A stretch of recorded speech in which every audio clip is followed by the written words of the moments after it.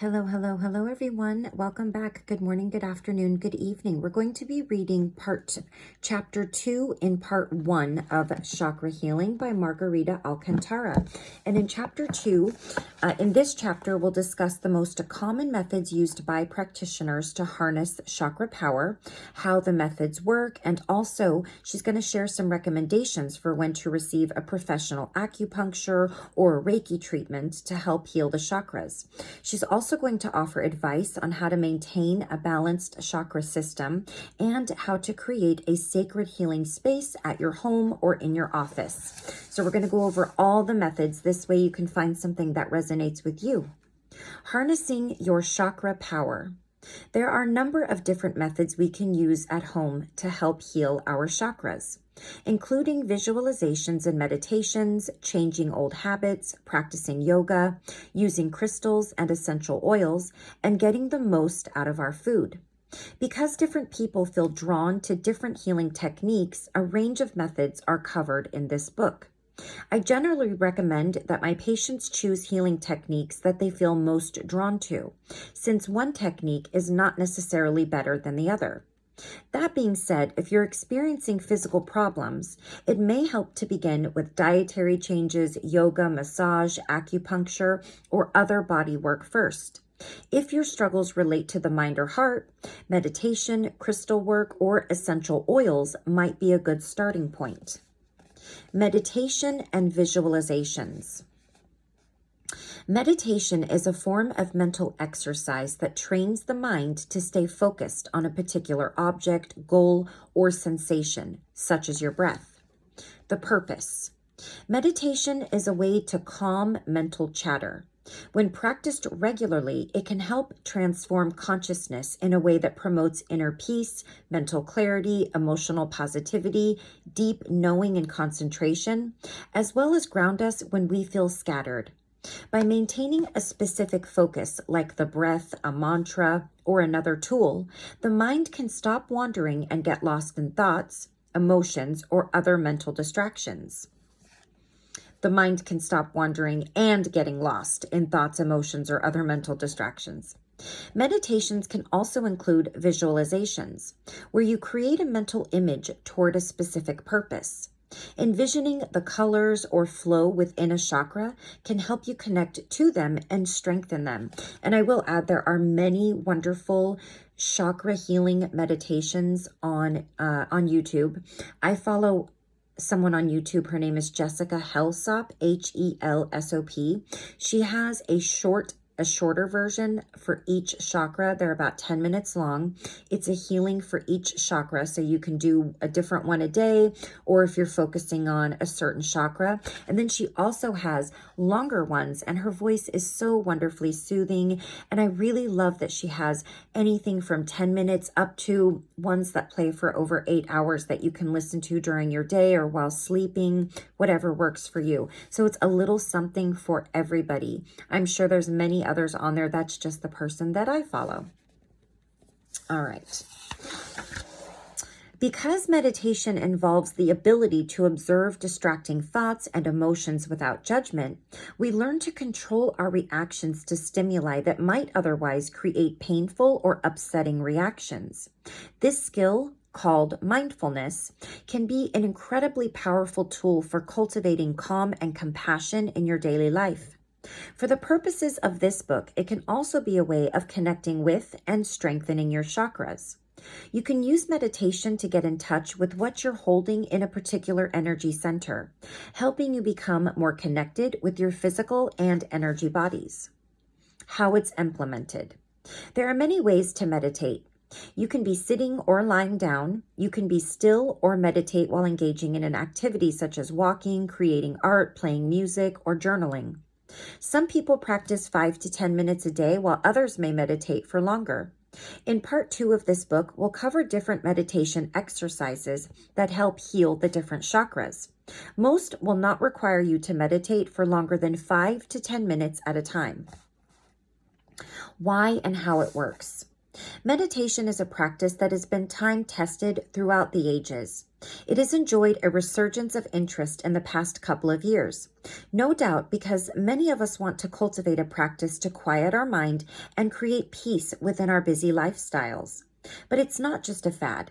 In fact, one 2016 study in Consciousness and Cognition found that just a single session of meditation reduces physiological symptoms of anger in seasoned and novice meditators alike. The pros and cons of using this method. Pros. On the positive side, meditation can be done anytime, anywhere, within any time frame. It creates a deeper connection with the self and makes it easier for us to shift into higher consciousness. It also helps us to access our capacity to self-heal and create mindfulness, which then extends peace into the rest of our lives. Also, because this practice builds upon itself, meditation helps with any self-study practice you may already have. Cons. 2 words, monkey mind. Your mind will want to distract you from your practice, typically by calling up tasks for the day, like what you will be having for dinner, or thoughts you've been avoiding, like worrying about your savings. Even seasoned practitioners of meditation experience monkey mind. Meditation is called a practice for a reason. Cultivating a sense of deep awareness and inner peace using meditation takes time. It is not an overnight quick fix. Changing old habits. Breaking old bad habits can help you heal imbalances in your chakras by creating new, healthier habits. The purpose. Behavioral and lifestyle changes help us interrupt our regular everyday patterns of thinking and reacting to the environment. Oftentimes, imbalances that we hold in our chakras can be healed, in part by shifting our consciousness around long-standing beliefs about ourselves and how we interact with others. How it's implemented. The first step to breaking old habits is creating awareness around the bad habit, as well as creating awareness around an issue that we are holding in a specific chakra. Once we're aware of a problem, behavior, or bad habit, we can then work to change that behavior or respond differently. For example, consider when you don't speak up for yourself in a romantic relationship. Not expressing your needs and wants can be an indication that your throat chakra is not balanced. To interrupt this pattern, you might make a mental note whenever you notice yourself shutting down after a heated discussion. Once you're aware you are silencing yourself, stop and ask how you could react differently. Then apply the new reaction. Any new reaction will meet this goal, though productive. Healthy reactions will be more helpful than unhealthy or rash ones. Perhaps you choose to connect with your partner in a way that they can hear you about how the heated discussion made you feel. In this way, you help heal the silencing pattern in your throat chakra. We also change the story of identifying as someone who keeps their mouth shut to someone who is working to communicate effectively. Shifting consciousness around an old pattern takes practice and patience. However, doing it long enough allows us to break old habits that no longer serve us and creates healthier ones. Why and how it works. This works because by modifying our approach to a recurring problem, we are actively engaged with changing old patterns that no longer work. When practiced long enough and with consistency, we clear old patterns and beliefs held in specific chakras. Pros and cons of using this method. Pros, it works. Embracing new habits and using them to replace negative old habits brings positive, healthy results, even if you have yet to fully connect with your chakra system. Cons. It can take time and a lot of repetition and patience before the new patterns stick. The next practice is yoga. While there are many forms of yoga, the one most commonly practiced focuses on asana, the series of physical postures and breathing exercises aimed at strengthening us physically, mentally, and spiritually.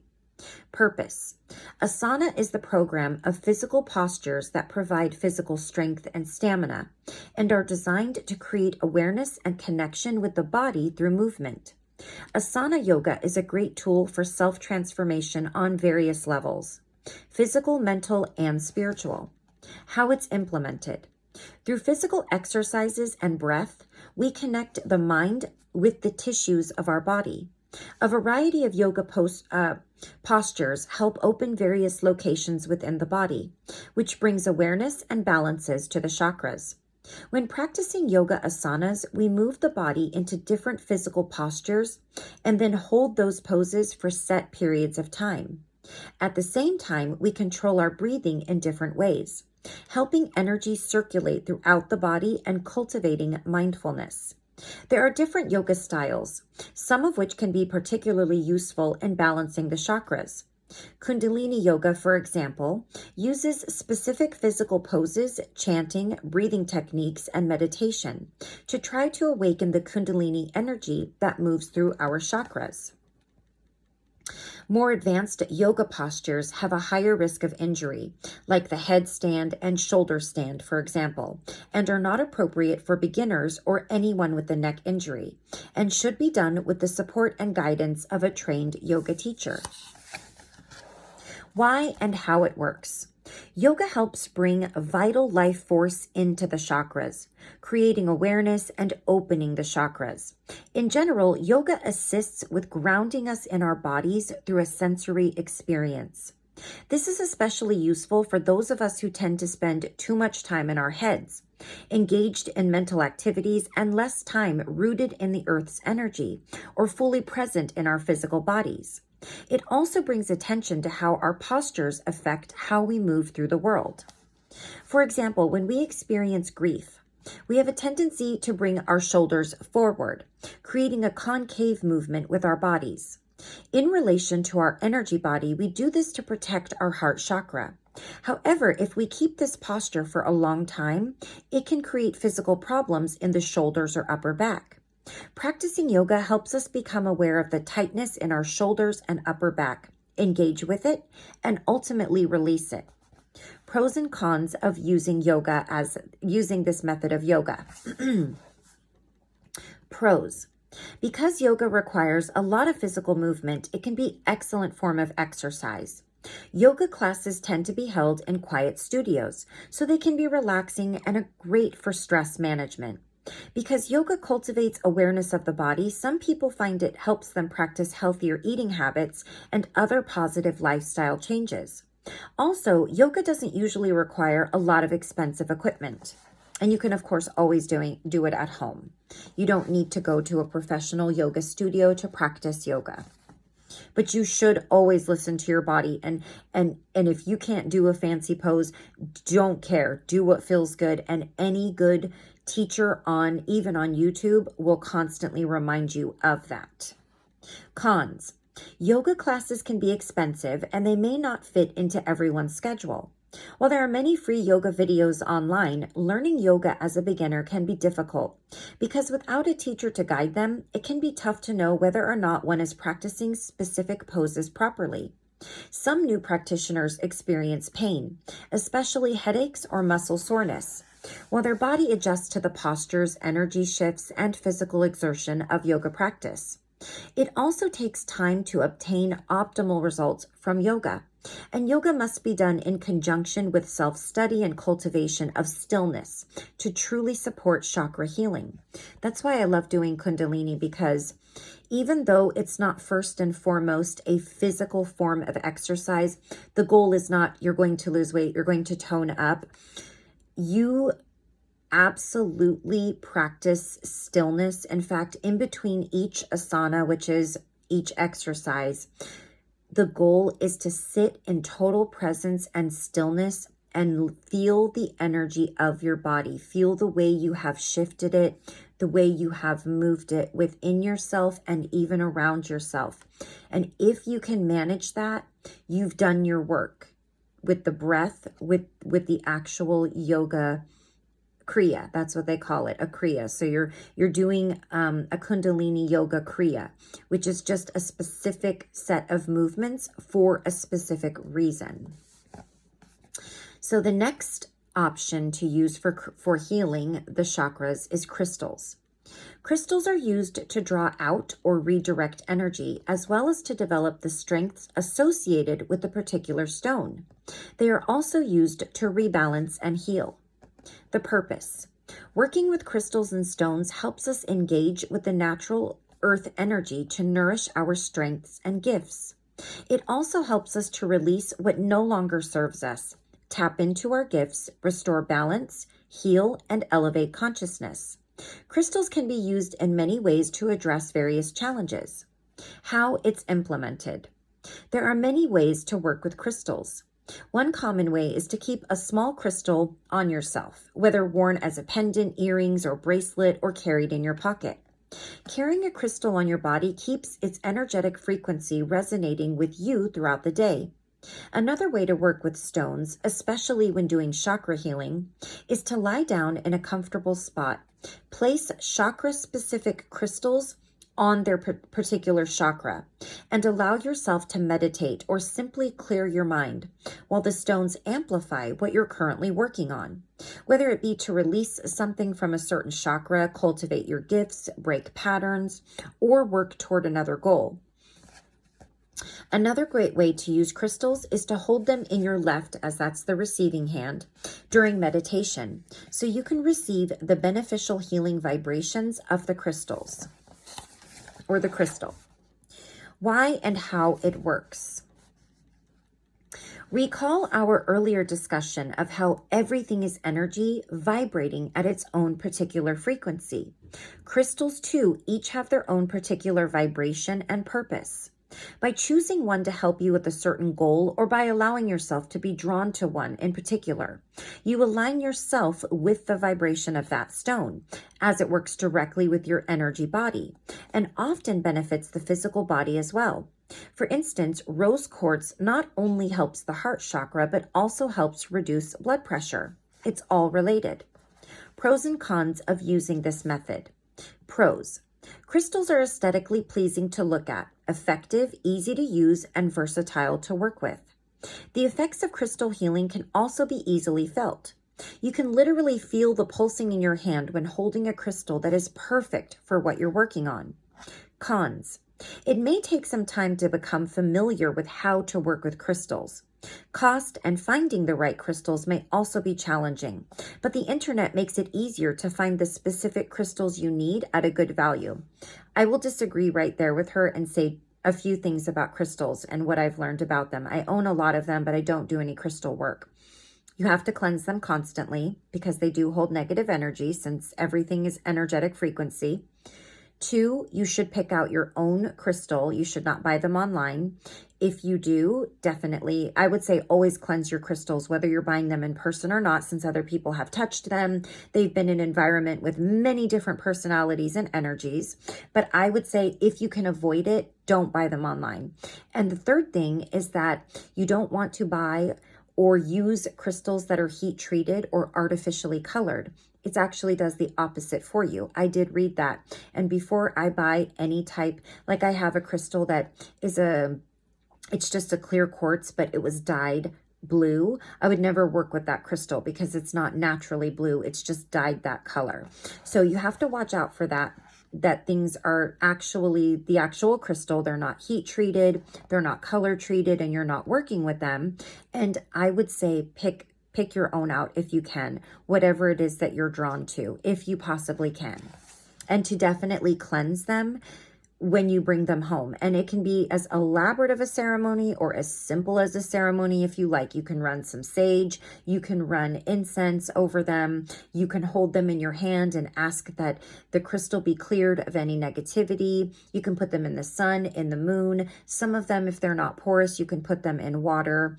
But you can obviously look online if you're looking for ways to cleanse them, from the quickest way to a more elaborate way, depending on what your preference is and what you have time for. Essential oils. Essential oil therapy is an ancient healing practice that involves using natural, often fragrant, compounds that exist in many types of plants for their curative properties. Purpose. Since discovering the healing benefits of certain plants, herbs, and flowers, people found ways to include them in our lives by adding them to meals, creating medicines with them, topically applying them to affected areas, and distilling their scent essence.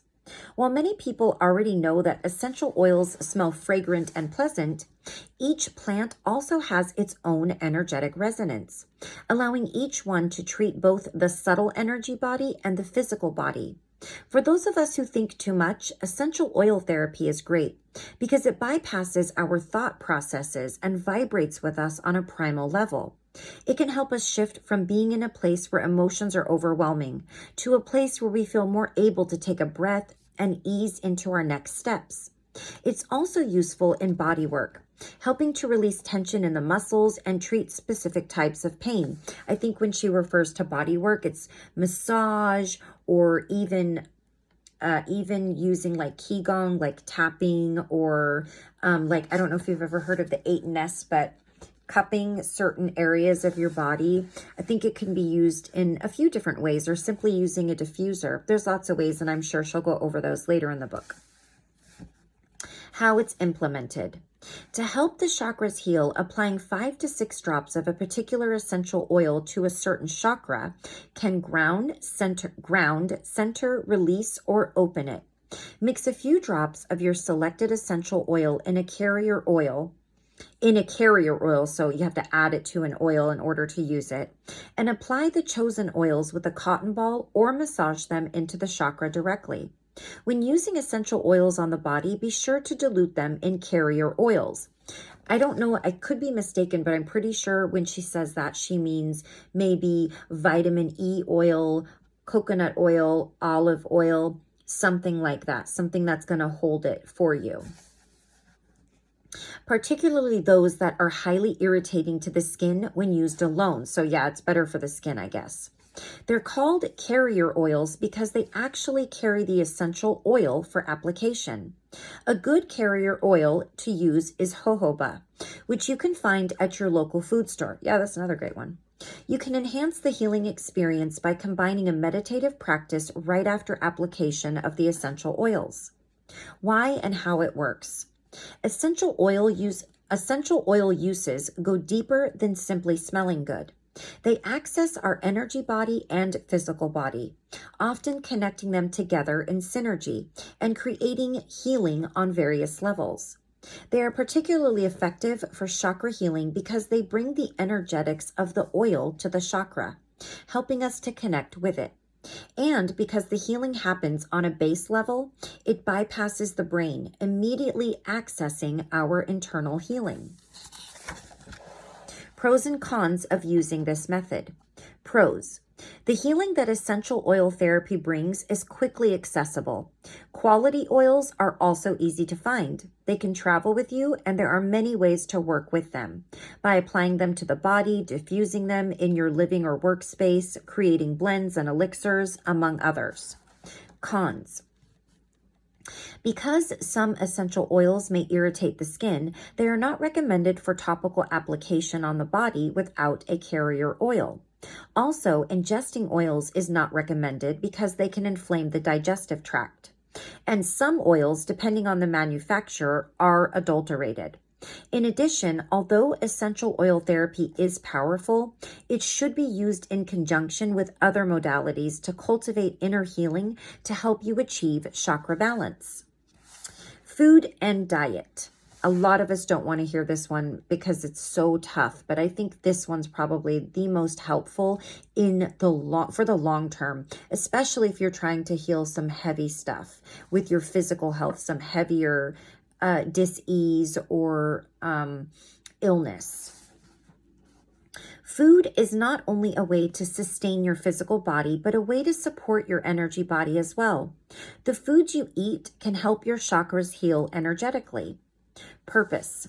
When it comes to chakra health, because your energy body is directly connected to your physical body, what you ingest matters. Even our water intake can affect your health. More conscious food choices can go a long way to healing your body and promoting higher vibrations of your chakras. How it's implemented. Ideally, the body functions at its best when eating foods that support its systems. Foods can be inflammatory. Dairy and gluten, for instance, can be inflammatory to the skin, digestion, and joint health. And sugar is inflammatory to various body parts and systems. Now we're going to talk a little bit about Reiki, acupuncture, and the chakras. When it comes to working with a professional to rebalance the chakras, there are a few different modalities to consider. Here we'll cover Reiki and acupuncture. Reiki is an energy healing technique in which a practitioner acts to channel unlimited life force energy to a patient or client to support their physical, emotional, mental, and spiritual healing and evolution. The Reiki practitioner acts as a conduit, using a gentle placement of hands on or hands off, to help balance the chakras. Reiki should always be undertaken with a certified Reiki practitioner. Acupuncture, another traditional technique, uses precise needle placement to alleviate physical, mental, and emotional symptoms. While there is no official consensus around whether or not you can heal the chakras with acupuncture, some argue it is not an energy healing modality. Acupuncture does move qi, which is your air, your breath. Yeah. And there are acupuncture points on chakras. In that light, it may be possible for acupuncture to address chakra imbalances. Again, acupuncture should only be undertaken with a licensed practitioner. Oh, so that was just a little, it was just a little side section, so I thought we were done talking about food and diet, but apparently we're not. Okay, so we're continuing to talk about how change in food and diet is implemented. Sugars can create a negative impact for many of us if they're a big part of our diet. On the other hand, removing highly processed ingredients such as white flour and white sugar from your diet is a simple shift that can improve your health in many ways.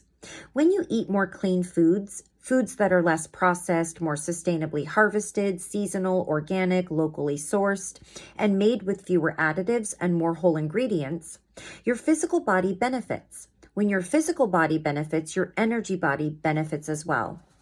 Why and how it works. Eating clean foods supports your physical and energy body health. Creating awareness around which foods work and don't work for your body helps all your body systems.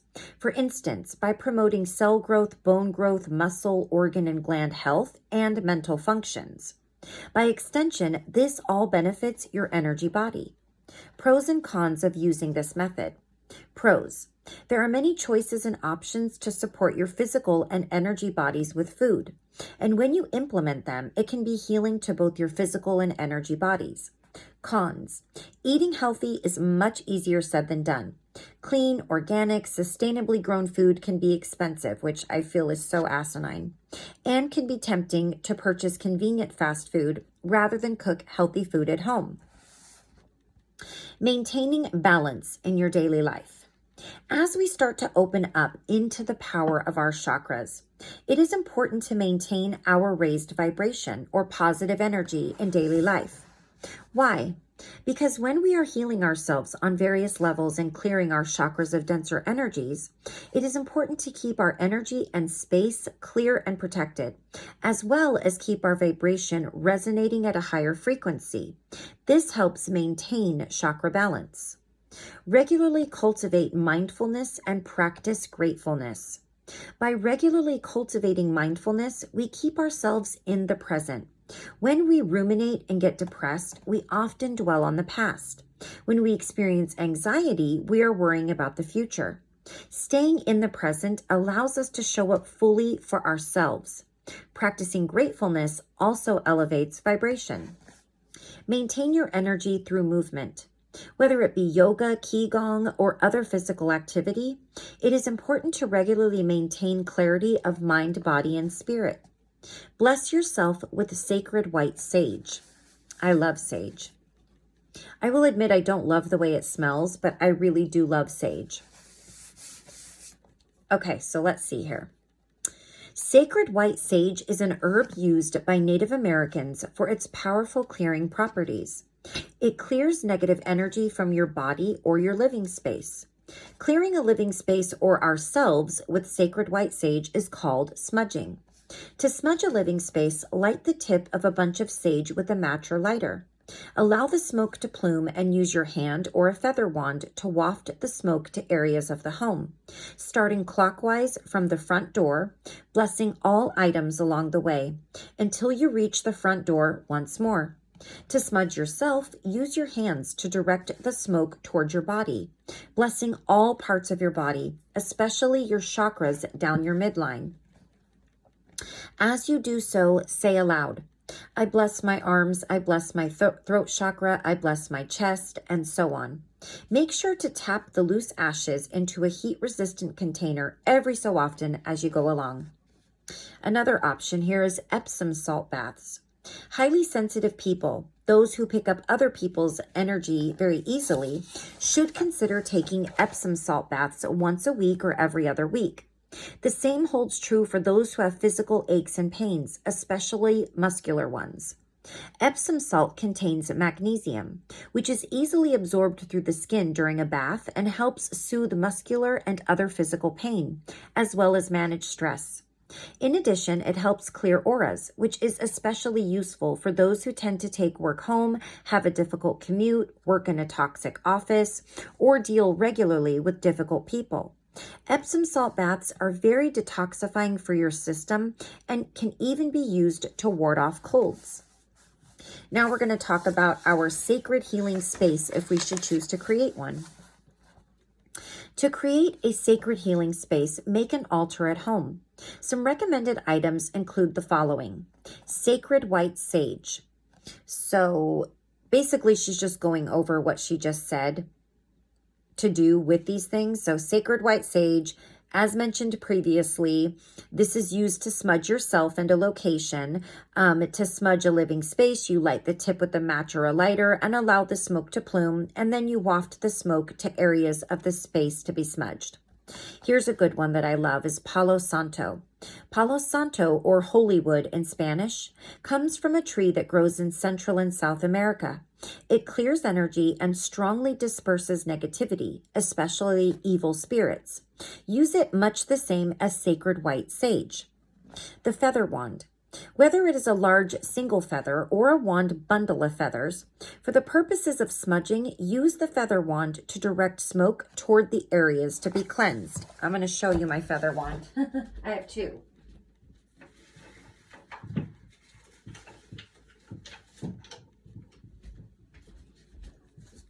These are feather wands. You can actually use these to kind of clear the energy around your body as well. This one was a handmade one from, I can't remember what kind of a bird, but I got it in this really neat crystal store at a little beach town near my home. I live in California. And then this one, I think I just got this one on Amazon, but it is a little bit broken and doesn't really get the smoke going as much. But you don't have to use one of those, but you can. And then you can use an abalone shell. A lot of people use the abalone shell to hold the smudge, the sage smudge, or to tap the ash in, like a big cigar. So basically, this just helps you direct the smoke when you're smudging to wherever you want it to go. But I do find the bigger ones like this work really well. This one has a little tiger painted on it. It's hand painted. And the woman that made these collected all of the feathers locally from the feathers that she would find around her town. She lives in a kind of a river town where there's a lot of wildlife and a lot of redwoods and things like that. Heat resistant container. So you need that to gather the ashes that fall from the sage or the Palo Santo. So like I said, you can use anything really that's not plastic, glass, ceramic, metal, a shell like an abalone shell or some other type of a shell or just anything like that. Crystal allies. So keep special crystals to bless the altar space and raise the vibration of your altar. You can use photos of ancestors and loved ones. And this is just, it keeps the energy of their love close. And if they're ancestors, it invokes their protection and wisdom. Candles. Light candles when honoring an ancestor, invoking connection to the divine, source, universe, god or goddess, or to activate the altar's energy. Statues of deities that have meaning for you. Some people place statues that hold religious meaning on their altar. Others may have statues of deities they work closely with. And a bowl for offering. This can be a bowl or other container that holds a fruit offering, a water offering, or a flower offering. To keep living quarters free and clear of negative or stale energies, it's also ideal to keep a clean home. Do regular physical cleanings and keep clutter to a minimum because dirt and dust also hold stagnant energy. At the office, placing a few crystals by the computer, laptop, or mobile devices can help create a more balanced workspace. Especially useful is black tourmaline because it blocks and absorbs electromagnetic pollution that computers and other electronics may give off. Another good one, I don't think this is black. I think this is black tourmaline. Yeah, I think this is what she mentioned. I have several pieces of these all around my home, in my kids' room, kitchen, living room, bedrooms, the places that we spend a lot of time. I have a few good sized pieces of these because it's true. Because of the material of black tourmaline, it pulls in the electromagnetic field, all of the bad stuff that we get from electronic use. It pulls all of that into the stone and cleanses the air of it. So I do keep that around in a lot of my rooms. Like I have a crystal right here. I have them everywhere. Another one. I like them. They're pretty. I just never got into working with them. But if it interests you, this is a great way to learn. All right. In addition, setting up a workplace crystal grid is a great way to establish a protective field between ourselves and those we work with, especially if the work environment is toxic. Taking 4 each of black tourmaline, clear quartz, or selenite, and putting each piece into the 4 corners of a workplace or home or even your bed frame creates this effect. In the next section, we'll cover various physical, emotional, mental, and spiritual ailments, symptoms, and experiences that appear in our bodies when our chakras are unbalanced, and study each chakra's healing technique in detail. All right, so that completes Section 2, Chapter 1 in Chakra Healing. So that's it for that, and we will start our next section, Healing Your Chakras, in the next video. I've really enjoyed reading this to you guys so far. I love learning about the chakras. I am just now really getting more interested in them over the past several months and realizing just how important it is that we are aligned mentally, emotionally, spiritually, energetically in order to be our best selves and in order to keep that vibration high, to keep that positivity going effectively, genuinely, and authentically in our everyday lives. And it just feels so good. It really and truly does feel so good to be at a higher vibration. You really do draw different experiences to your reality when your vibration is higher. So if it's for your good and the good of all others, I always like to go that route. So we'll stop right there. And until next time, please take care of yourself. Please take care of those around you. And I will see you again very soon for the next section of this book. All right. Take care. Bye-bye.